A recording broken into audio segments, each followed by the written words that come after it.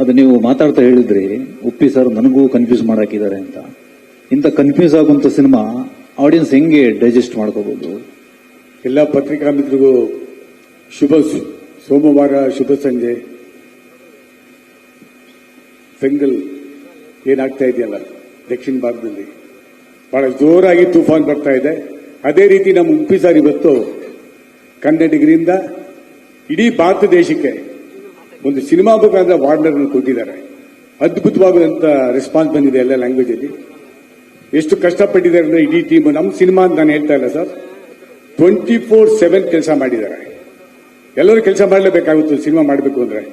ಮೊನ್ನೆ Uppi sir edit ಅಲ್ಲಿ ಇದ್ದಾಗ ಒಂದೇ ಒಂದು ಫೋಟೋ ಬೇಕಾಗಿತ್ತು ನನಗೆ.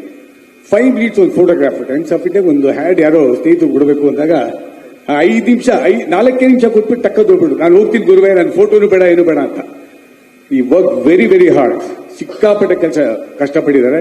ಇನ್ಕ್ಲೂಡಿಂಗ್ ಅಜನೀಶ್ ಲೋಕನಾಥ್ ಅವರು, ನಮ್ಮ ಇಡೀ ಟೆಕ್ನಿಷಿಯನ್ಸ್, ನಿರ್ಮಲ್, ಕಂಪ್ಲೀಟ್ ಇಡೀ ಟೀಮೇ ಬಹಳ ಬಹಳ ಕಷ್ಟಪಟ್ಟು ಕೆಲಸ ಮಾಡಿದ್ದಾರೆ.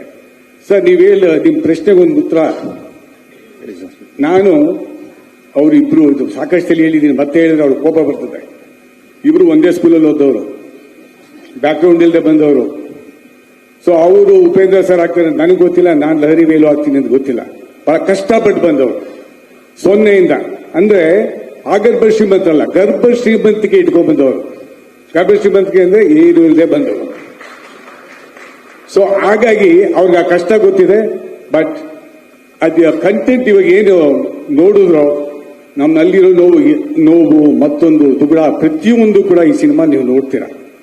ನಾನು ನೋಡಿರೋದು ಇಷ್ಟೇ, ಕಂಪ್ಲೀಟ್ ಸ್ಟೋರಿ ಕೇಳಿಲ್ಲ, ಕಂಪ್ಲೀಟ್ ಸಿನಿಮಾ ನೋಡಿಲ್ಲ. But it's A wonderful content. Kannada ತಾಯಿಯ ನೆಲದಿಂದ 7 ಕೋಟಿ ಜನಕ್ಕೋಸ್ಕರ ಪಿಕ್ಚರ್ ಮಾಡಬೇಕು ಅನ್ಕೊಂಡು 140 ಕೋಟಿ ಜನ ಅದು ಬಿಟ್ಟು ಹೊರದೇಶದಲ್ಲಿ ಕೂಡ ಈ ಪಿಕ್ಚರ್ ಎಲ್ಲ ನೋಡ್ತಾರೆ ಅಂತ ಆ ಭಗವಂತನಲ್ಲಿ ಪ್ರಾರ್ಥನೆ ಮಾಡ್ತೀನಿ.